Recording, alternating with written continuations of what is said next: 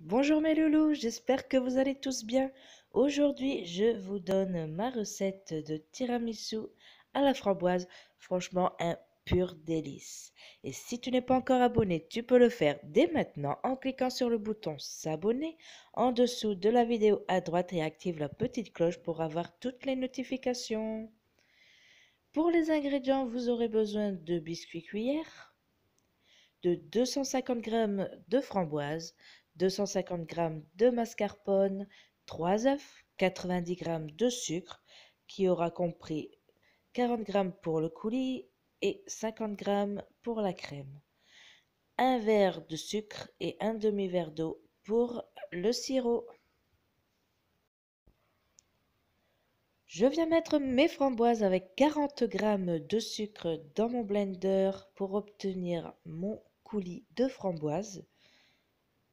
Vous pouvez même le faire dans un mixeur, c'est à vous de voir comment vous voulez le faire.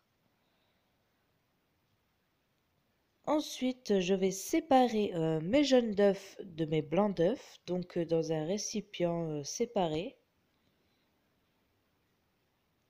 Je vais commencer par prendre mes jaunes d'œufs, je vais ajouter 50 g de sucre restant et je vais battre mes jaunes d'œufs et mon sucre jusqu'à avoir un mélange blanc, mais vraiment blanchi et une texture épaisse, un peu comme des meringues. Et ensuite, je vais venir ajouter mon mascarpone. Donc, je commence à mélanger à la main au début pour pas avoir d'esclaboussure. Ensuite, je reprends mon batteur. Donc voilà, une fois la crème mélangée, ça ne sert à rien de faire plusieurs fois. Et je vais ajouter là 3 cuillères à soupe de coulis de framboise.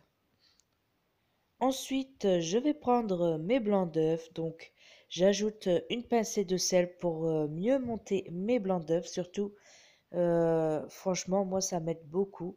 Donc en même pas 2 minutes, vos blancs d'œufs seront montés en neige. Vous voyez, ils ne tombent pas, impeccable. Ça sert à rien de battre pendant des heures et des heures. Ensuite, je vais ajouter mes blancs en neige dans ma crème. Donc moi, j'ajoute tout en même temps. Vous pouvez ajouter petit par petit. Il n'y a pas de souci.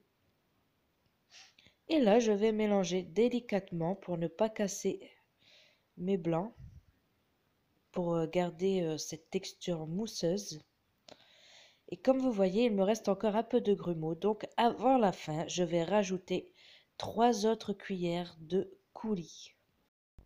Et une fois que vous aurez tout bien mélangé, que vous ne verrez plus de grumeaux blancs apparaître, vous mettez votre préparation au frais, le temps de préparer le sirop.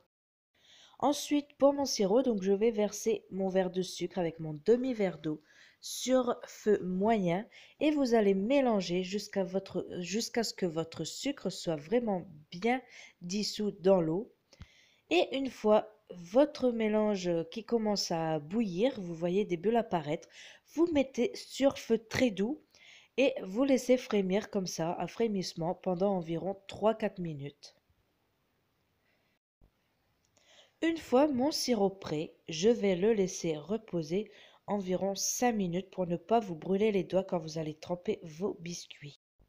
Ensuite, on va passer au montage. Alors, vous allez tremper des biscuits dans votre sirop. Ensuite, vous allez mettre une cuillère à soupe de votre coulis. Vous allez mettre votre crème avec le mascarpone et vous recommencez un deuxième étage selon la taille de vos verrines ou un étage si c'est des petites verrines. Vous pouvez le faire aussi dans un grand plat, il n'y a pas de souci. C'est juste que moi, je trouve que la présentation, c'est plus joli comme ça. Et vous allez les laisser au frais minimum pendant 6 heures. Donc là, vous voyez, je les ai préparés la veille et le lendemain midi.